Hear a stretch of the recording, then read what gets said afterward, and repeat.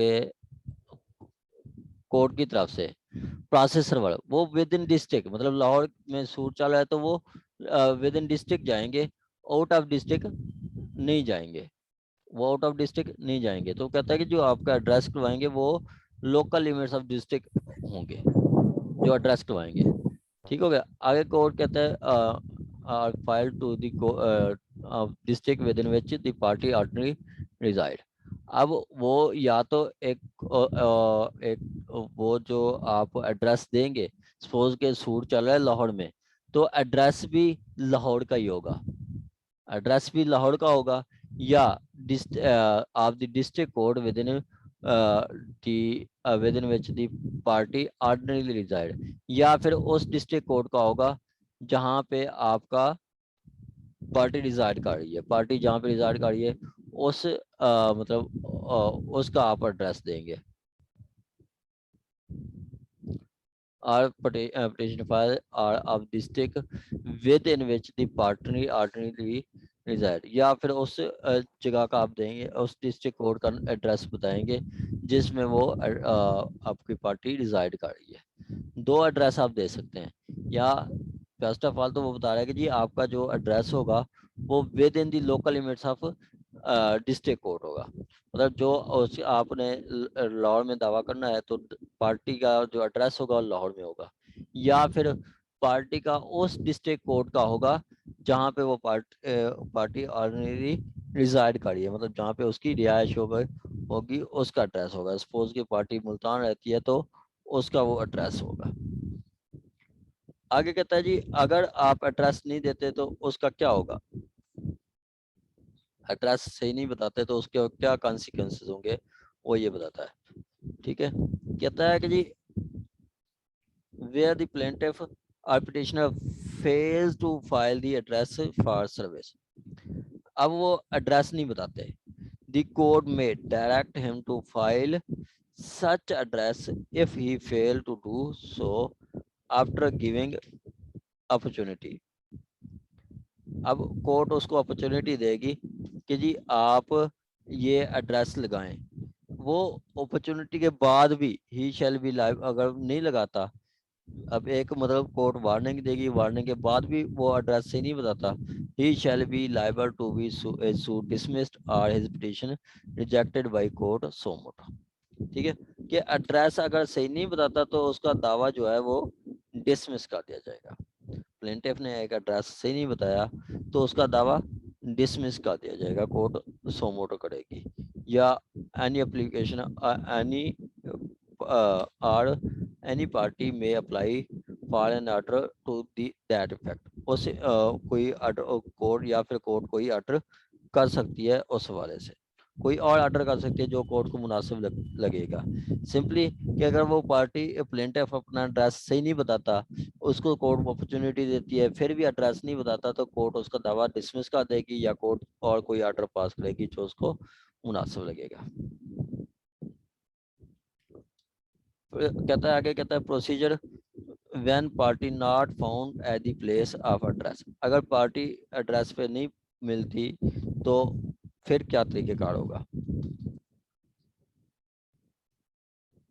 कहता है where the party is not found the address given by him for service and no agent or adult male member of family on whom notice or summon can be served in is present। अब पीछे हमने पढ़ा था order 5 में कि जी आपका या तो इन पर्सन होगी, इन पर्सन नहीं तो फिर आपका ऑर्डर 5 रूल 13 के तहत उसकी जो प्रॉपर्टी का जो एजेंट होगा उसको दी जाएगी, 14 में उसका कोई मैनेजर है प्रॉपर्टी इमूव प्रॉपर्टी का उसको दी जाएगी। 15 में बताया गया था ऑर्डर 5 रूल 15 में कि अगर समन के लिए ये पर्सन खुद नहीं मिलता, उसका एजेंट नहीं मिलता, उसका मैनेजर नहीं मिलता तो उसके घर के किसी मेल मेंबर को दे के आएंगे, adult male member, adult male member. आगे के अब ऑर्डर 22 रूल ऑर्डर 7 रूल 22 में बताया गया कि जी अब ये तीनों पर्सन नहीं मिलते, वो नहीं मिलता, एजेंट नहीं मिलता, अडल्ट मेल मेंबर नहीं मिलता, तो क्या करेंगे, a copy of notice of summon shall be fixed at outer place of house। तो क्या किया जाएगा, उसके आउटर प्लेस पे उसका एड्रेस मतलब उस एड्रेस के आउटर प्लेस पे आप वो फिक्स करके आ जाएंगे। आगे कहता है if on the date fixed such party is not present another date shall be fixed and copy of notice or other process shall be sent by address register post के through उसको भेजा जाएगा।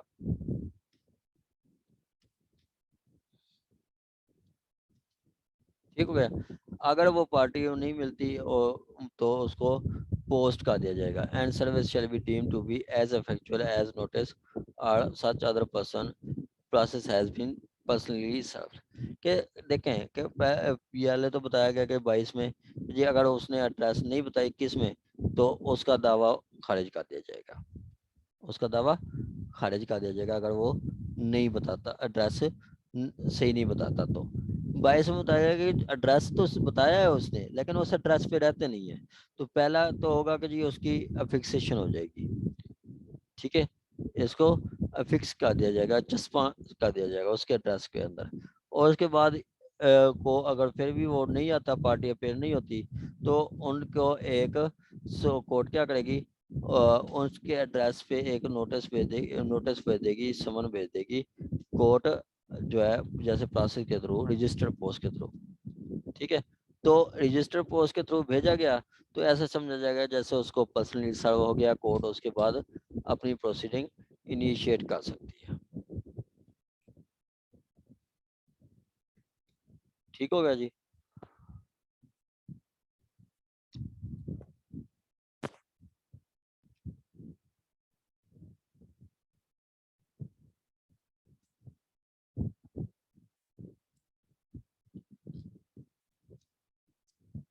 आगे कहता है where the party engage a pleader notice someone or other process for the service on him shall be served in manner prescribed by order 3 rule 5 unless the court otherwise direct।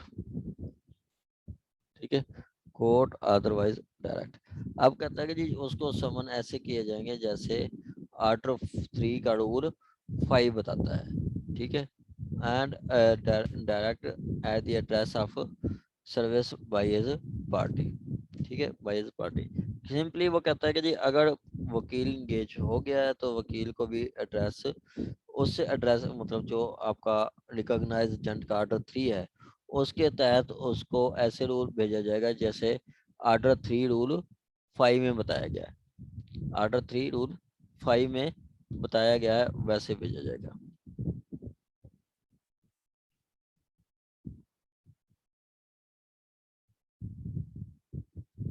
Order 3 है, ये rule 5 है।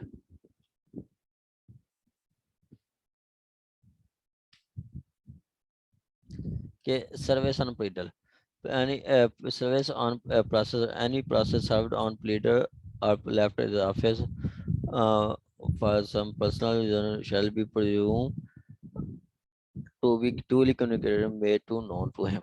ठीक है, कहता है कि जी अगर आपका नोटिस भेजे जाए गए प्लीडर को तो यही समझा जाएगा कि जैसे मतलब उसके वकील को नोटिस किया गया है, कि तो ये ला ये कहता है कि जी जैसे समझा जाएगा कि जैसे मुद्दई को खुद पता चल गया है, मुद्दई को, ये डिफेंडेंट को खुद पता भी चल गया है।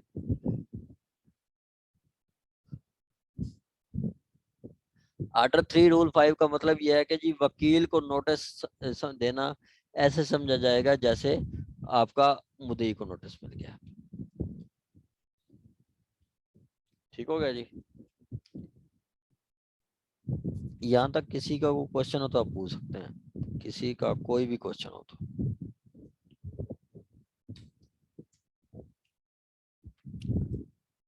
कहता है अ पार्टी हु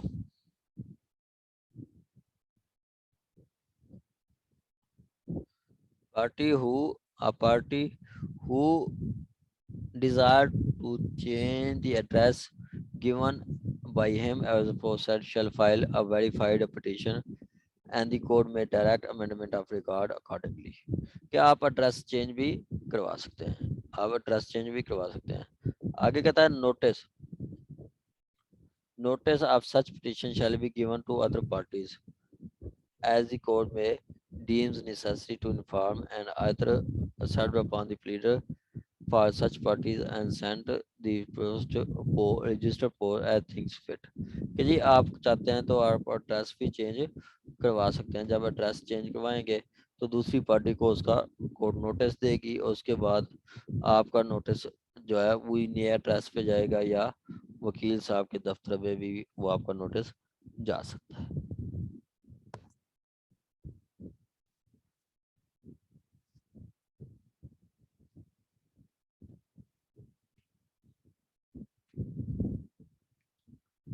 आगे जगह था जी service by other modes can nothing in this rule shall prevent the court from directing the service of notice someone or other service other process in any manner if any reason it thinks fit to be to do so। ठीक है, कहता है court nothing in this rule shall direct shall prevent a court from directing the service of someone in any other manner if it is reason। क्या कहता है कि जी court की मर्जी है कि चस्पानगी के अलावा कोई और भी तरीका अपना कर सकती है। ठीक है, कोई और भी तरीका कोर्ट अपना सकती है जो कोर्ट को मुनासिब लगेगा। जरूरी नहीं है कि कोर्ट जो है आपके गिवन लॉज पे चले। कोर्ट जो है आपकी सिविल कोड इनहेरेंट पावर भी इस्तेमाल कर सकती है जो कि 151 के तहत दी गई है for the ends of justice and for the preventive abuse process of law, for the preventing abuse process of law. ठीक है, वो कोर्ट कर आपको भेज सकती है।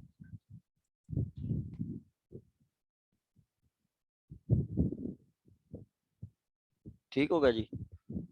आगे जी आपका 26 इंपॉर्टेंट है।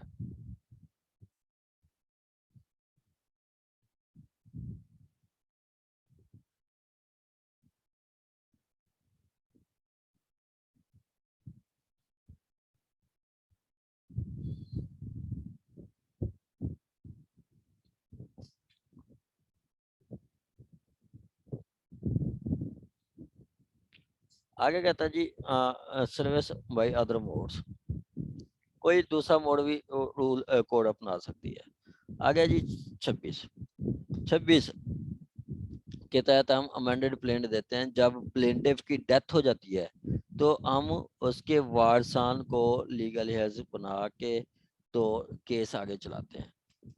ठीक है, वारसन को लीगल हेज बना के हम केस आगे चलाते हैं जब प्लेंटिफ की डेथ हो जाती है। इसी तरह इसके साथ आप ऑर्डर करें तो वो है 8-13। ठीक है, ऑर्डर 8।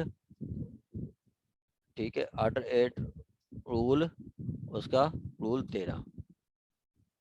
ठीक है, रूल 13 उसमें भी यही चीज बताई गई है, जो सेम वर्डिंग है सेम वर्डिंग इस्तेमाल की गई है। इधर प्लेंटिफ है उधर डिफेंडेंट बताया गया है।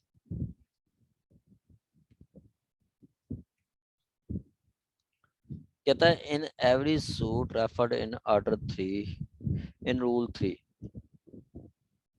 Order 22 order by rule 3। ठीक है, जो बताया गया है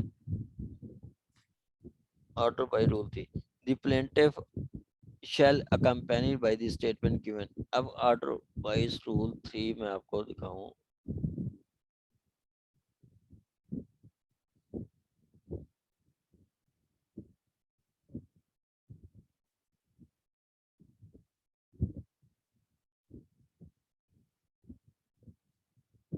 order wise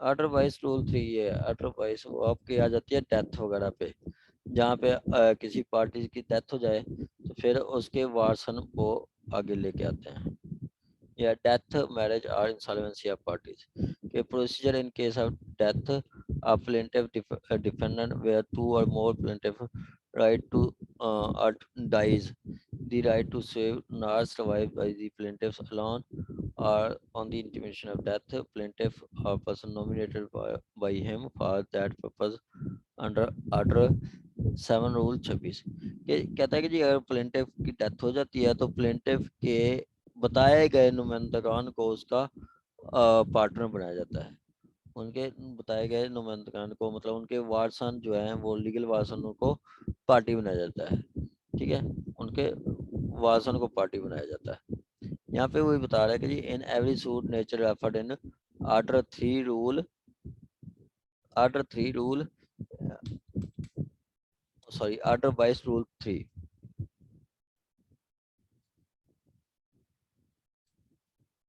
shall accompany a statement giving the name and address of the person whom in event of death of plaintiff be made party to legal prisoner कि एक वो list बताई जाएगी कि जी अगर डिफेंडेंट की प्लेंटिफ की डेथ हो जाती है, ठीक है, तो इसके वासन कौन होंगे। अब नई अमेंडमेंट आई है तो उसमें उन्होंने बताया कि जी ये लाजमी वो पार्टी टू सूट होंगे, लाजमी कि मतलब आप जो है लिस्ट वासन साथ जब दावा दायर करेंगे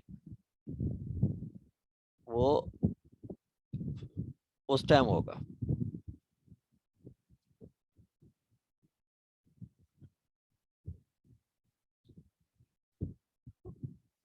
मतलब दावा तब दायर करेंगे तो आपने ये साथ लाजमी लिस्ट वो लीगल हैज लिस्ट लाजमी देनी होती है।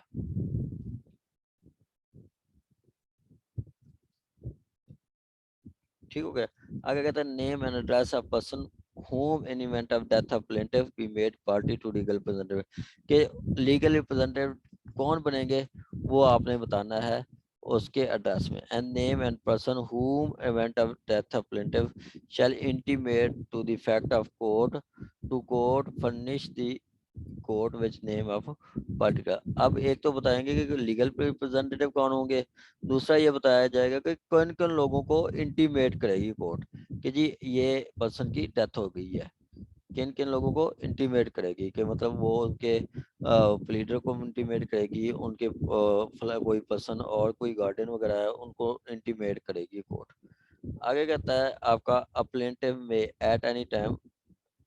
at any time file in the court amended list presumption legal representative presumptive legal representative, ठीक है, कि आप जो है वो कोर्ट में एक लिस्ट बता सकते हैं, पहले अमेंडेड लिस्ट दे सकते हैं कि जी हाँ ये वो सा हो सकते हैं, ये वारसन इन केस ऑफ डेथ ये वारसन हो सकते हैं कि जो आप मतलब प्रिज्यूम करते हैं कि डेथ हो गई तो ये पर्सन वारसन होंगे, and nomination another person in place of person nominated under class B, ठीक है, कि जी क्लास बी का सब रूल बी के कहता है कि जी अगर आपने प्रिजम्पटिव दे दी है तो उसके अलावा कोई और नाम बताएंगे कि जी उनकी डेथ पे आगे फर्दर कौन हो सकते हैं, फर्दर कौन मेंबरान हो सकते हैं। आगे कहता है for the purpose this class are nomination made under class B sub rule 1 unless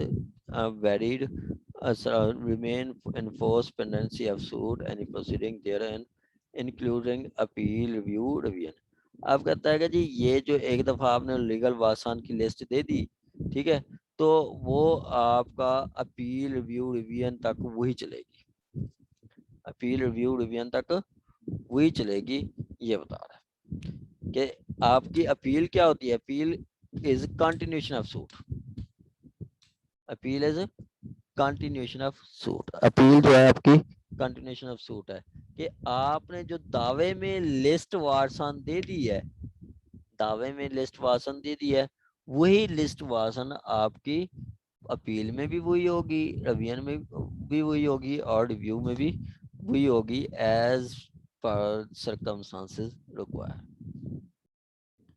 ये आपका ऑर्डर 7 था। यहाँ तक किसी का क्वेश्चन हो तो आप पूछ सकते हैं। यहाँ तक किसी का कोई क्वेश्चन हो तो आप पूछ सकते हैं।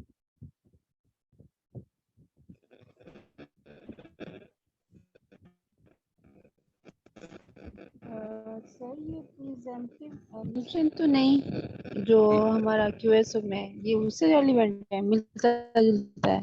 क्या चीज मैडम? आवाज नहीं, आवाज सर ये क्लियर नहीं हमें आ रही। अभी सब रूल 2 सर आप आ रही है? ये आ रही है, अब आ रही है, हेलो आ रही है मैडम, आवाज आ रही है, आप करें सर, ये अभी हमने रूल 26 सर ये रूल 26 में हमने पढ़ा है ना, सब रूल 2 में के प्लेंटिफ में at any time filing the end amended list of his presumptive legal representative. Sir इसमें प्रिजम्पटिव लीगल रिप्रेजेंटेटिव से क्या मुराद है? ये प्रिजम्पशन वाला प्रिजम्पटिव है या इसका मैंने मतलब क्या होगा, मुझे इसकी समझ नहीं आई। हाँ जी, ये मैडम प्रिजम्पशन के अभी जो अभी बताते हैं कि जी सपोज के अब हम दावा दायर करते हैं ना, तो लाजमी वो बताते हैं कि लीगल वारसान दे।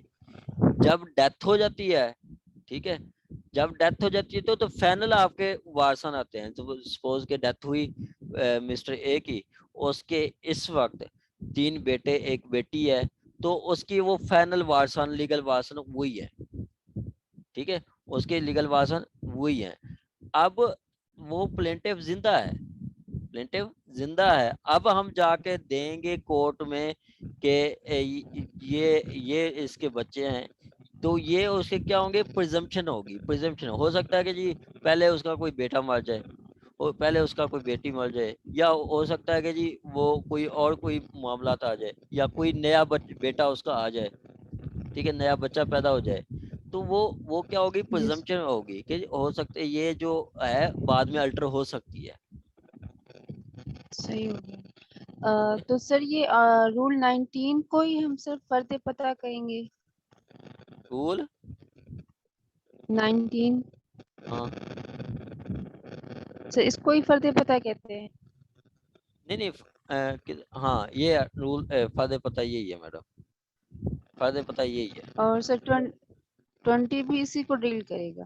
जी बिल्कुल, आगे 30-24 तक यही है, फायदे पता यही है कि जी हम फायदे पता ओके देते सर। हैं। वो मैं आपको फायदे पता जी दिखाऊं, मैं सर। आपको, हाँ ये फायदे पता है 19 वाली, इसमें आपका ये देखें, ये आपका फायदे पता है, ये आर्डर 7 रूल 19 वाला है, ठीक है, कि हम उसमें बताते हैं कि जी प्लेंटिफ का एड्रेस ही है, पता मुद्दा दरस्त नवीद है, कि यहाँ पे हम प्लेंटिफ का बताते हैं। एक्चुअली ये नहीं होता, ये जो है ना, प्लेंटिफ जो है अपना एड्रेस बताता है, और डिफेंडेंट जो है जब वो रिटर्न स्टेटमेंट देता है वो अपना एड्रेस बताता है, वो इसमें देता है फर्द पता में। जमीन सर ये बहुत पार्टीज के लिए यूज होगा। दोनों पार्टीज देंगी, दोनों पार्ट, आगे हम आर्डर 8 पढ़ेंगे। आर्डर 8 में वो जी बताएगा सर। कि जी प्लेंट डिफेंडेंट भी अपना एड्रेस बताएगा। ये है, ये आर्डर 8 रूल 11, ये एड्रेस आपका डिफेंडेंट के लिए है, ठीक है, ओके सर, ये thank order you. 8 G rule sir. 11 ये डिफेंडेंट के लिए है। चलें जी, यहाँ तक थैंक किसी यू का सर। कोई क्वेश्चन हो तो आप पूछ सकते हैं।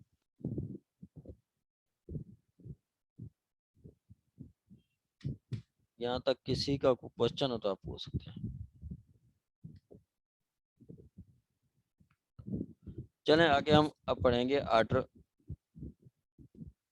8, most important, return statement and set of, most important. चलें, कहता है जी आपका रिटर्न स्टेटमेंट, रिटर्न स्टेटमेंट क्या होता है, रिटर्न स्टेटमेंट आपका जवाब दावा, हम दावा करते हैं जवाब दावा, दावा किया जी मैडम हिना साहबा ने 10 लाख की रिकवरी का, किसके खिलाफ, मैडम लुबना साहबा के अगेंस्ट, ठीक हो गया। अब इन्होंने दावा किया तो मैडम हिना साहबा आके बताएंगी कोर्ट में, जवाब दावा देंगी, जवाब दावा देंगी तो वो बताएंगी कि जी ये जो मतलब सूट भी फॉल्स एंड फ्रिवलेस इफेक्ट्स पे है, इस मैंने ऐसे कोई पेमेंट नहीं ली है, इसको मैं जानती नहीं हूँ, ये तो पता नहीं कहाँ से आ गई है, ऐसा कोई हमारा कभी ट्रांजैक्शन नहीं हुई, तो ये सारा कुछ वो अपने जवाब में देंगी। ठीक है, ये सारा कुछ वो अपने जवाब में बताएंगी। एंड हम इसको डिटेल के साथ पढ़ते हैं। कहता है जी डिफेंडेंट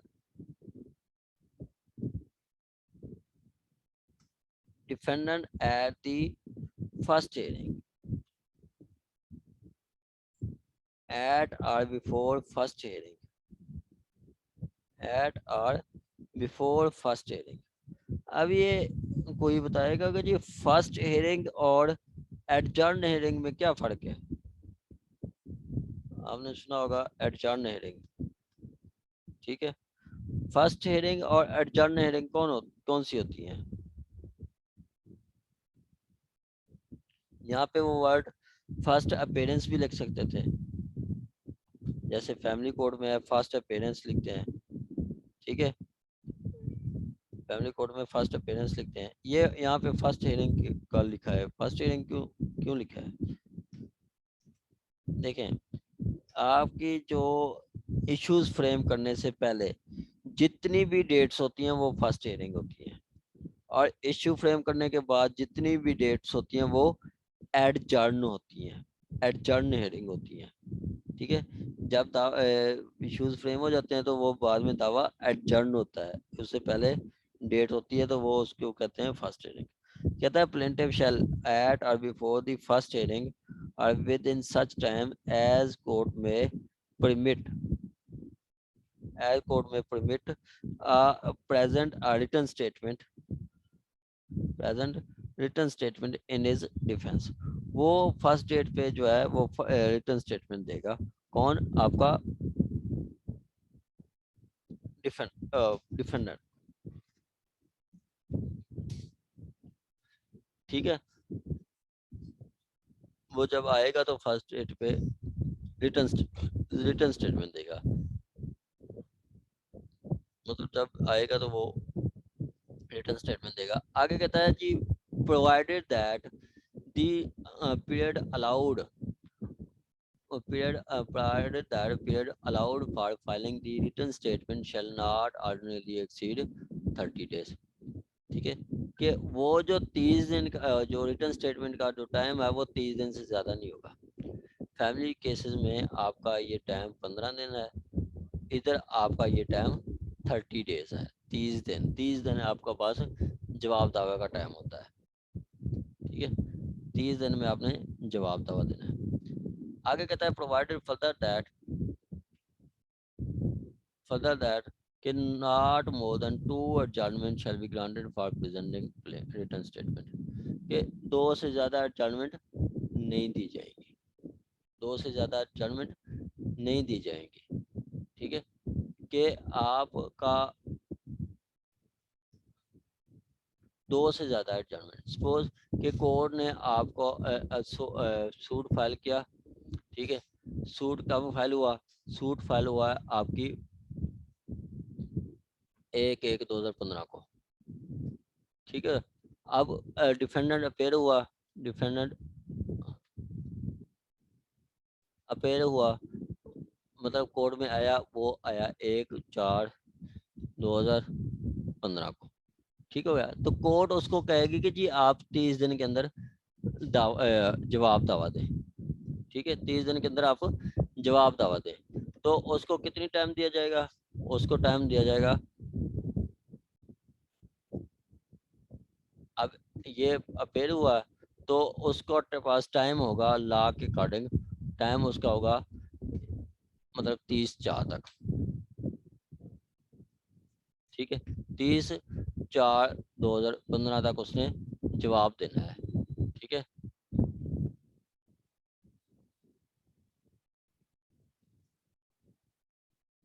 स्टेटमेंट भी फाइल की जाएगी 30/4 को, ठीक है, 30/4 को ये दिया जाएगा। अब ये 30/4 तक उसने लाजमी करना है, अगर नहीं करता तो कोर्ट उसको 2 एडजर्नमेंट देगी।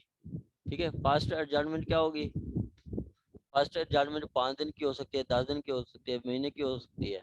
और दूसरी सपोज के फिर 30 को भी जमा नहीं कराता तो नेक्स्ट डेट हो जाती है सपोज के 15/5/2015। फिर नेक्स्ट डेट हो जाती है आपकी 30/5, 30/5, ठीक है, 2015। अब 30/5/2015, तो ये 2 एडजर्नमेंट इतनी दे सकता है, इससे ज्यादा नहीं। अब जो 30/5 को उसने लाजमी उसका राइट स्ट्रक ऑफ करना है, कोर्ट ने क्या करेगी? कोर्ट उसका राइट स्ट्रक ऑफ करेगी 30/5 को, इससे ज्यादा टाइम नहीं दे सकती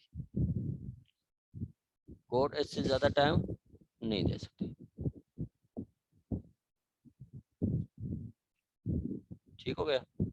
आगे कहते हैं जी आपका दो, कहता है new facts must be specifically pleaded,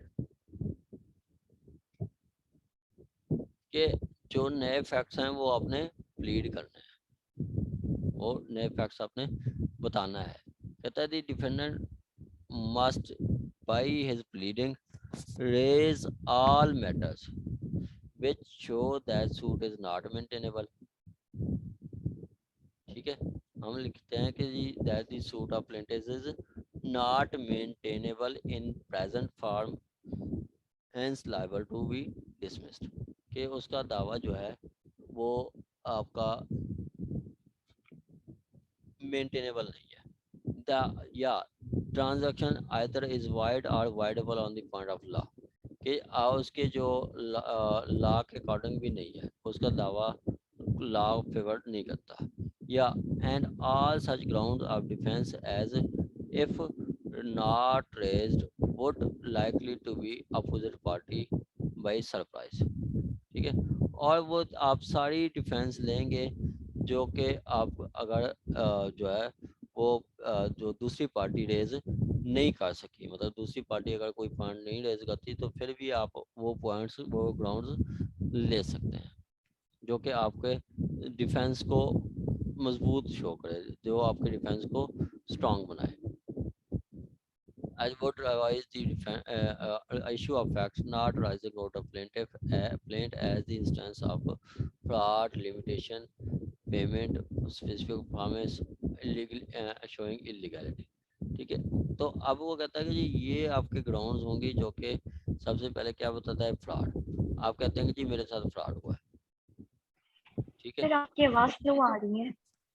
अब आवाज आ रही है सबको? सही आवाज स्लो आ रही है? इससे पहले बहुत क्लियर आ रही थी, लेकिन अभी थोड़ी स्लो सी आ रही है, जैसे दूर से आप बोल रहे हो। मैडम पाकिस्तान में ना इंफ्रास्ट्रक्चर का है इशू कि जी हमारे पास वो इंटरनेट की सर्विसेज सही नहीं होती। ठीक है, जी नेट सही की सर्विसेज सही नहीं होती जहाँ पे, तो वहाँ पे प्रॉब्लम होता है। जी ठीक है सर। इंटरनेट इंटरप्ट कर सकता है मैडम, सही कह रही होंगी आप। जी सर ठीक है। आपने अपने दावे में अगर आपके साथ फ्रॉड हुआ है तो वो बताना है, या आप कहते हैं कि जी प्लेंटिफ का जो दावा है वो तो टाइम बार्ड है। ठीक है, प्लेंटिफ का दावा टाइम बार्ड है तो वो आप वो ऑब्जेक्शन ले सकते हैं, या फिर आपका रिलीज या पेमेंट या परफॉर्मेंस फैक्ट्स शोएंगे इलीगैलिटी, कि आप कहते हैं कि जी उसने मेरे साथ पेमेंट करनी थी, वो पेमेंट नहीं की, या उसने कोई एक एक्ट परफॉर्म करना था वो परफॉर्म नहीं किया, तो ये सारे आप ग्राउंड्स जवाब दावा में ले सकते हैं। ठीक है, सारे ये ग्राउंड आप जवाब दावा में ले सकते हैं। मैं आपको दिखाता हूँ सोर्स।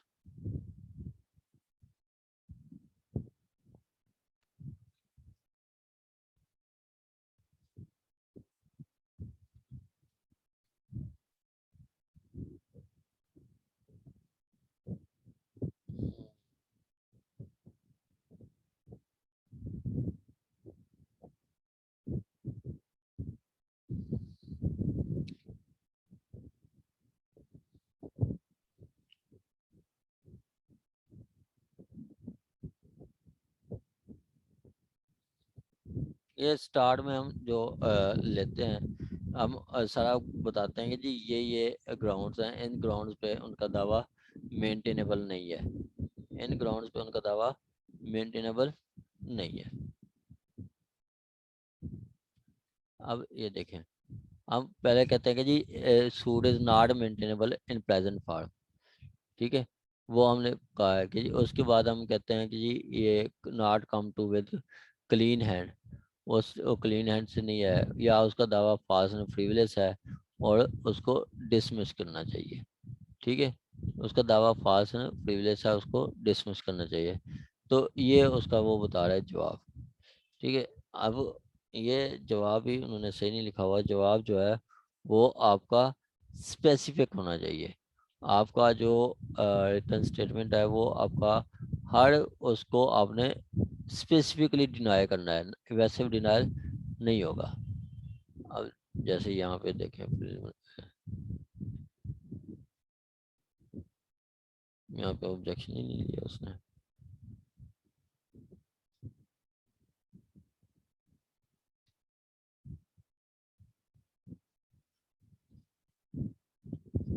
ठीक है। ये क्या कहता है, फास्ट एंड फ्रीवियस एंड सेल और एक्चुअल,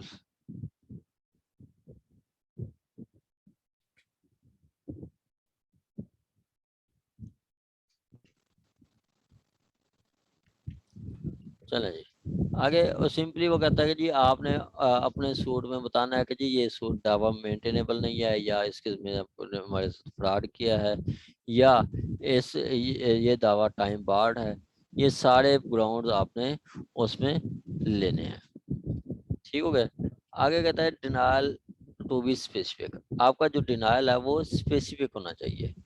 डिनायल क्या है, आपका जो डिनाई करते हैं, सपोज कि मैडम नईमा साहबा ने दावा किया है 10 लाख की रिकवरी का मैडम हिना पे। अब मैडम हिना जो है आपके जवाब देंगी तो ये नहीं कहेंगे कि जी मैंने 10 लाख नहीं देने,